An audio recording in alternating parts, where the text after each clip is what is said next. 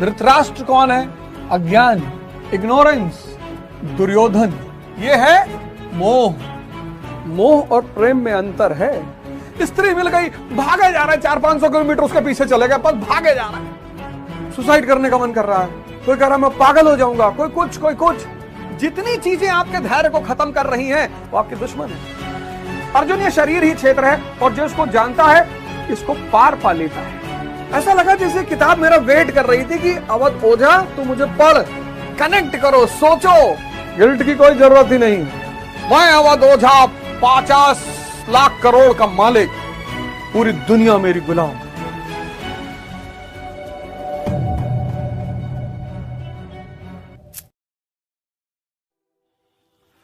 आज देश जिन परिस्थितियों से गुजर रहा है, उस परिस्थिति में भारत को अपने अतीत को देखने की बड़ी जरूरत है। अतीत को देखने की क्यों जरूरत है?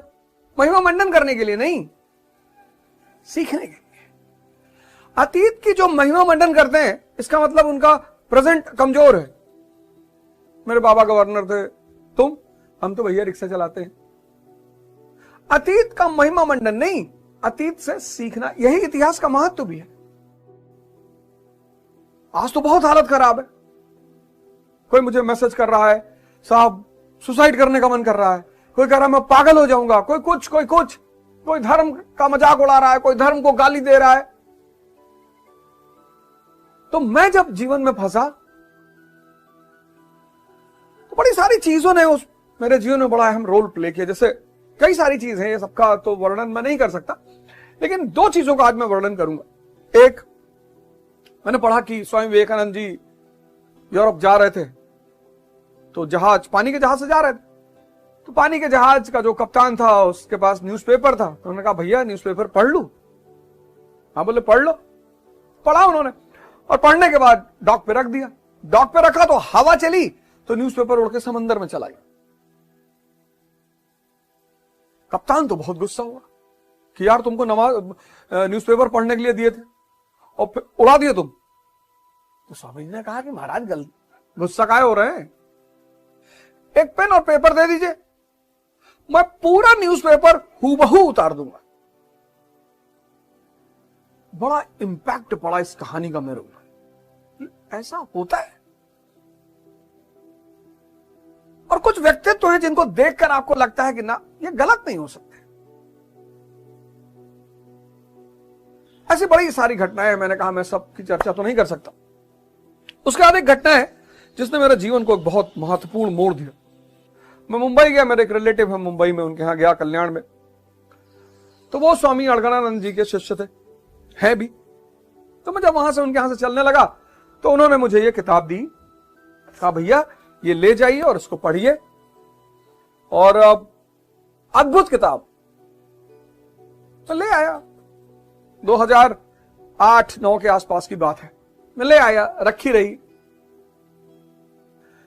फिर एक दिन ऐसा ही मैं कुछ ढूंढ रहा था, ये किताब मेरे हाथ लगी। और जब ये किताब मेरे हाथ लगी और मैंने इसको पढ़ना शुरू किया तो बड़े सारे डाउट, बड़ी सारी शंकाएं, मतलब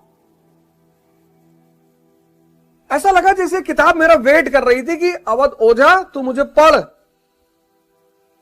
और मैं तेरे शंकाओं का समाधान करूंगी। पहला श्लोक, यहीं से मैं शुरुआत करता हूं, यहीं से गुरु महाराज के चरणों में वंदन करता हूं, उनसे आशीर्वाद लेता हूं कि गुरु महाराज मुझे आशीर्वाद दें कि मैं इनके चित्र बना सकूं। मैं एक बार फिर से कह रहा हूं, मैं इस पे प्रवचन नहीं कर सकता, इतना अधिकार मेरे पास नहीं है और ना इतनी क्षमता अभी मेरे पास है।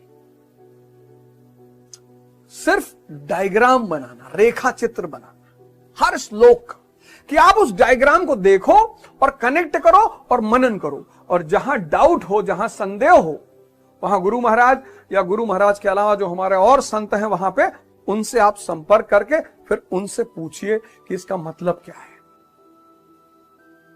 ऐसा होने से शायद ये जो आज समस्या, संकट, चुनौती, डिप्रेशन, उसको कुछ हद तक संभाला जा सकता है। धर्म रहस्य है। बहुत सारे विद्वान कहते भाई मैं एग्नोस्टिक हूं। धर्म रहस्य है। क्यों रहस्य है? इसको कहा नहीं जा सकता। गुरु नानक देव जी ने कहा है, मरने की गति कही न जाए और कहे जो पाछे पछताए। ये गुरु नानक देव जी के स्टेटमेंट है कि आत्म अनुभूति की गति कही नहीं जा सकती और जो कहता है वो पछताता है। धर्म रहस्य है, रहस्य। इस रहस्य को कोई गुरु ही खोल सकता है। इसीलिए हिंदुस्तान ने गुरु की परंपरा पर बहुत जोर दिया। आज लोग कह रहे हैं रामचरितमानस में ये लिखा है, रामायण में ये लिखा है, 10 हाथ नहीं होने चाहिए, 10 सर नहीं होने चाहिए। मुझे पता है, एहसास है मुझे कि आप किस संदर्भ में इन बातों को कह रहे हैं, लेकिन कोई बात नहीं, उस पर मुझे जाना ही नहीं है। लेकिन मैं चाहता हूं कि इस यथार्थ गीता को लोग पढ़ना शुरू करें, तो जैसे मुझे रास्ता मिला, मुझे जीवन मिला, मुझे उन्नति मिली, मुझे शांति मिली, वो शायद गुरु महाराज की कृपा से आपको भी मिले। तो पहला श्लोक, धृतराष्ट्र उवाच। मेरी संस्कृत बहुत अच्छी नहीं है, फिर भी मैं पूरी कोशिश करूंगा कि कहीं भाषात्मक त्रुटि ना होने पाए। अगर होती है तो मुझे क्षमा करिएगा। धर्म क्षेत्रे कुरुक्षेत्रे संवेविता युयुत्सवः मामका पांडवश्चैव किम कुर्वत संजय।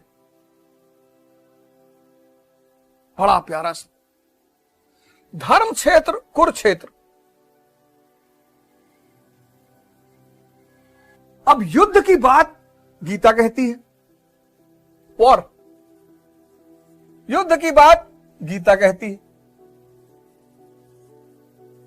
युद्ध की बात कुरान भी कहता है, युद्ध की बात बाइबल भी कहती है। ये कहते हैं धर्म युद्ध, ये कहते हैं जिहाद, ये कहते हैं होली वॉर।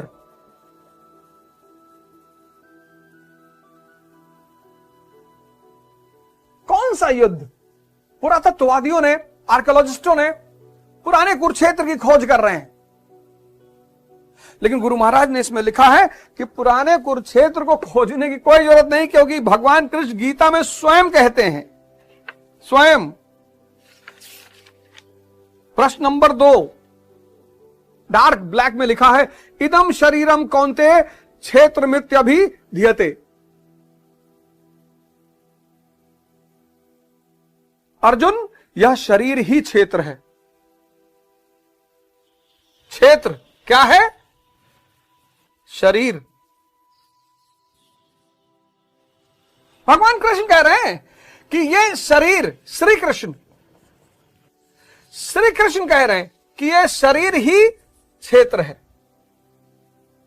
अर्जुन, यह शरीर ही क्षेत्र है, और जो इसको जानता है इसको पार पा लेता है। वो क्षेत्रज्ञ है। जो जान जाए इसे वो क्षेत्रज्ञ। कहीं बाहर लड़ाई नहीं हो रही है, कहीं बाहर लड़ाई नहीं हो रही है, यह शरीर ही क्षेत्र है। और इसमें धृतराष्ट्र कौन है? अज्ञान, इग्नोरेंस। कहां रहता है? मन के अंतरतम तल में रहता है। मन के पर्दा है ये। कहते हैं ना कि भैया इनके आंखें पर्दा पड़ा है। धृतराष्ट्र अज्ञान, यह मन के अंतरतम तल में रहता है। इस अज्ञान का बेटा है धृतराष्ट्र का दुर्योधन। यह है मोह। जो मैं को मजबूत करता है। मैं अवध ओझा, मैं अवध ओझा सांसद, मैं अवध ओझा 50 लाख करोड़ का मालिक, मैं मोगैम्बो, तुम कुछ नहीं होगे।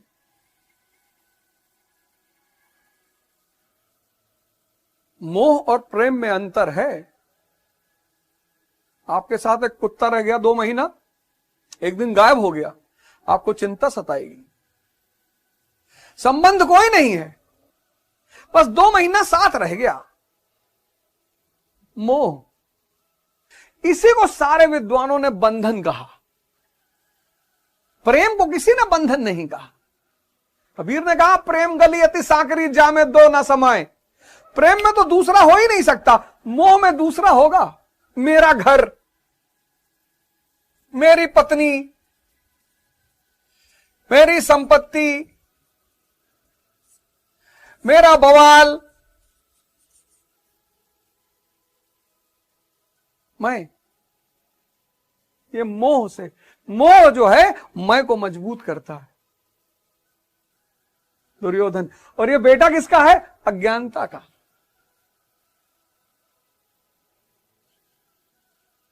तो जब बुद्ध को ज्ञान मिला तो अज्ञानता ही तो खत्म हुई। दुर्योधन, संजय बड़ा इंपॉर्टेंट कैरेक्टर, धैर्य आज किसी के पास है ही नहीं। इस्लाम, बाइबल, कुरान आदि ग्रंथ सब धैर्य बड़ी महत्व देते हैं। धैर्य, पेशेंस। मैं लोगों से कहता हूं कि 40 घंटा बैठ के मूवी देखी जा सकती है, 40 घंटा बैठ के नाच देखा जा सकता है, 40 घंटा बैठ के परपंच किया जा सकता है, 40 घंटा बैठ के ताश खेला जा सकता है, और न जाने क्या क्या। लेकिन आधा घंटा आंख बंद करके ध्यान करना बहुत बड़ी चुनौती है। और आपका मन, पावर सेंटर, सारा काम उसी से होता है। आज मैं युवाओं को देखता हूं, इतने इंपेशेंट है। सर मुझे आईएएस बनना है एक ही अटेम्प्ट में। तू आधे अटेम्प्ट में बन जा। अरे भैया, हर चीज का समय है, time and distance. First attempt में तो बना जा सकता है, एक साल में भी बना जा सकता है, अगर आपका बेस बहुत अच्छा है तो। संयम। तो मन जो है उसकी आंखें क्या है? धैर्य। क्या बात गुरु महाराज ने लिखी है, ये मन की आंखें हैं, धैर्य। मन जब भी देखेगा धैर्य से देखेगा, धैर्य उसकी आंखें हैं। क्या बात है। मैंने कहा ना कि ये किताब अगर पढ़ो, आप इस किताब को तोड़ो, इसको कनेक्ट करो, सोचो। मन जब भी देखेगा, जब कोई बहुत इंपेशेंट हो जाता, पैनिक हो जाता है, एंजाइटी अटैक आजकल के लोगों पे आ रहा है। अरे भैया,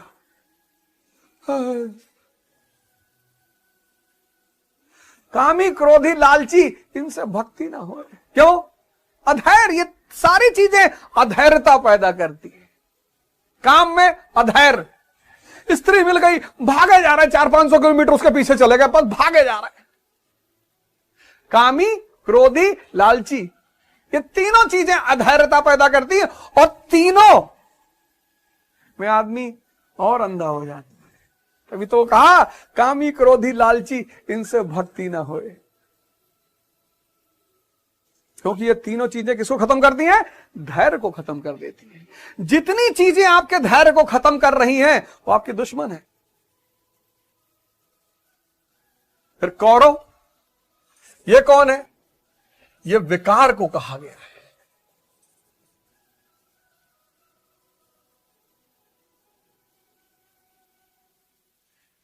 विकार।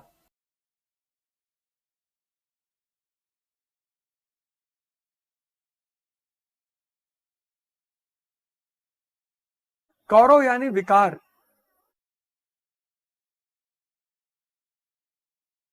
पंद्रह घंटा सो रहे हैं। कौरव, कुरु शक्तियां आपका ऊपर हावी हैं। 3 बोतल शराब पी गए, विकार।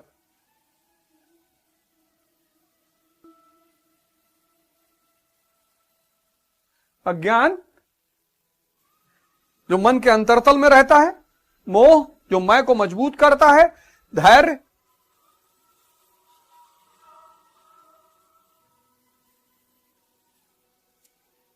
मन की आंखें हैं, इसीलिए तो बैठना जरूरी है।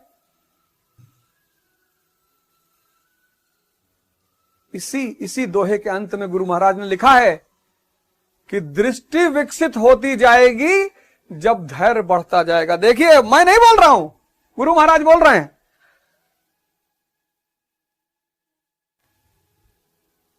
ये मैं नहीं बोल रहा हूं, यहीं पर गुरु महाराज ने इसी में लिखा है कि जैसे जैसे धैर्य बढ़ता जाएगा, ये देखिए, ये मैं नहीं बोल रहा हूं, ये देखिए,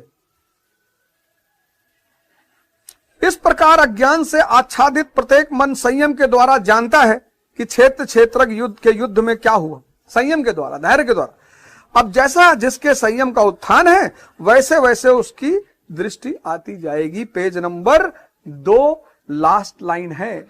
जैसे जैसे धैर्य बढ़ेगा, जैसे जैसे धैर्य बढ़ेगा, क्योंकि धैर्य क्या है, आंखें किसका, मन का, वैसे वैसे गुरु महाराज कहते हैं कि दृष्टि भी बढ़ेगी।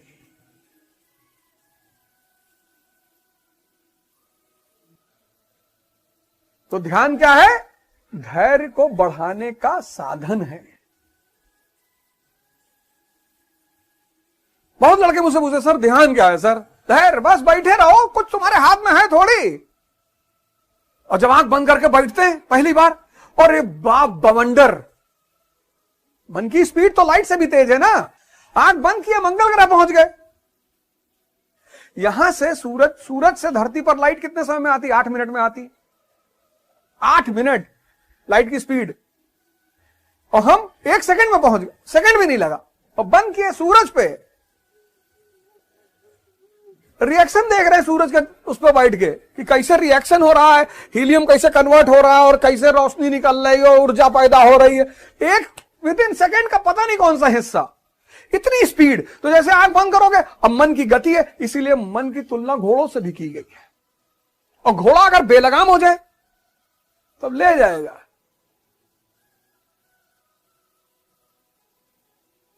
ले जाएगा और मार डालेगा। तो गुरु महाराज कहते हैं कि धैर्य को बढ़ाने का ध्यान क्या है, धैर्य को बढ़ाने का माध्यम। और जैसे जैसे धैर्य बढ़ेगा, वैसे वैसे दृष्टि बढ़ेगी।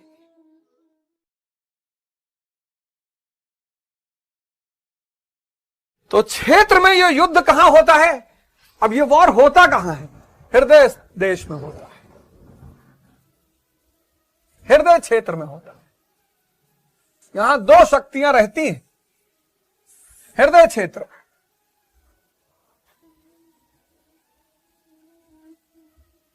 दैवीय संपत्ति,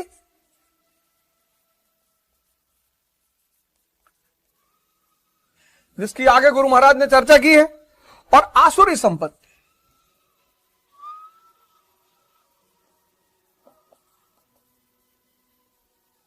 दैवीय संपत्ति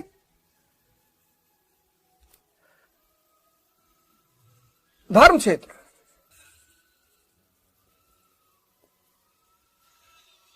और आसुरी संपत्ति कुरुक्षेत्र। तो दैवीय संपत्ति किसमें हावी है? श्री कृष्ण में।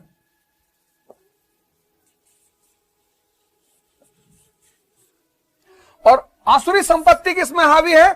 दुर्योधन में। अब श्री दुर्योधन नहीं लिख सकते, और ना आप बुरा मानेंगे।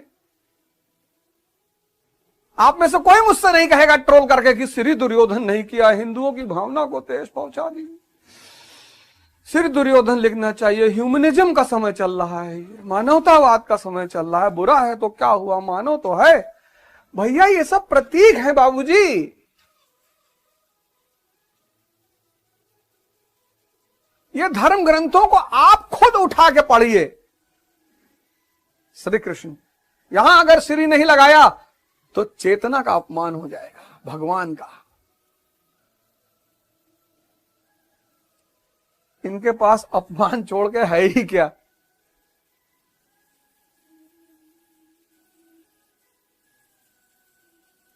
फिर आगे गुरु महाराज कहते हैं कि कुरु जो शब्द है, कुरु ये आदेशात्मक है, मतलब करो। कहते हैं आदेशात्मक शब्द है।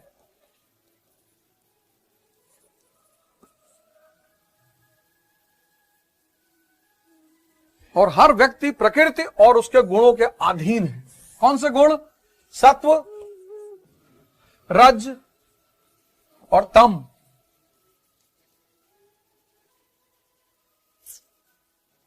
कोई करता थोड़ी है कुछ, ये न्यूट्रॉन, इलेक्ट्रॉन, प्रोटॉन यही सब काम कराते हैं। और गुरु महाराज कहते हैं कि जब तक ये तीनों शक्तियां व्यक्ति में सक्रिय हैं, कर्म होता रहेगा। या तो वो सत्व के प्रभाव में कर्म करेगा, या रज के प्रभाव में कर्म करेगा, या तम के प्रभाव में कर्म करेगा।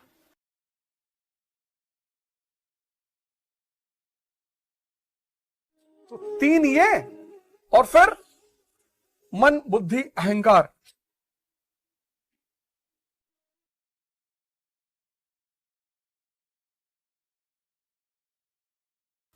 मन, बुद्धि, अहंकार।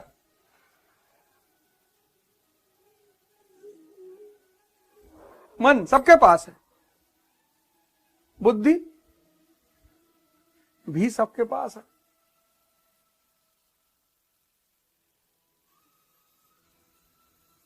पर बुद्धि कुबुद्धि अपनी ही भाभी की साड़ी उतरवा रहा दुर्योधन भरी सभा में। अरे तेरी दुश्मनी भीम से है, लड़ जा गदा युद्ध वहीं पे, मल्ल युद्ध कर ले, पटक भीम को। स्त्री को नग्न करोगे, किसी की भी हो।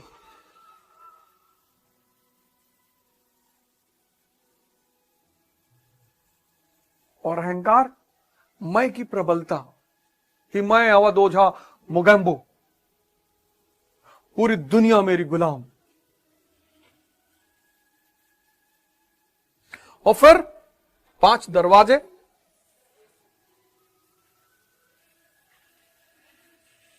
क्षेत्र विस्तार, रूप, रस, गंध, शब्द, स्पर्श।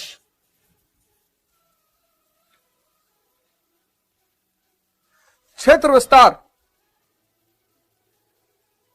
शरीर ही क्षेत्र है और ये सब उसका विस्तार है, क्षेत्र विस्तार।